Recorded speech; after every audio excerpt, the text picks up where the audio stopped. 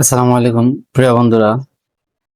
তো যে বিষয়টা নিয়ে কথা বলবো, কিভাবে কথা বলবো, আমি যে একজন বাঙালি, আর নিজের প্রতি নিজের ঘৃণা হচ্ছে যে আমি একজন বাঙালি।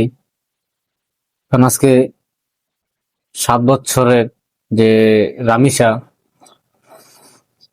তার বাবার আর্তনাদ, সে রামিসার পায়ের একটি স্যান্ডেল মানে একটি জুতা পেয়েছে, সেটা নিয়েও সে কান্না করছে। তো কি বলবো, একটি মানুষের কতটা নিকৃষ্ট হলে ছোট বোনের মতো কিংবা ছোট মেয়ের মতো, সন্তানের মতো অল্প বয়সী একটি মেয়েকে এভাবে নির্যাতন করে দুনিয়া থেকে উঠিয়ে দিয়েছে। আচ্ছা, আপনারা সবাই রামি স্যার বাবার কথাগুলি শোনেন। দেখেন, একজন বাবা বলছে আমি একজন ব্যর্থ বাবা। এই কারণ কি জানেন? মাননীয় প্রধানমন্ত্রী তারেক রহমান, ওনার মা মরহুমা বেগম খালেদা জিয়া বিনা অপরাধে কারাগারে ছিলেন। সে কিন্তু কোনো ধরনের বিচার এখন পর্যন্ত বাংলার মাটিতে পায় নাই। হাদি ঘটনা কি মনে আছে?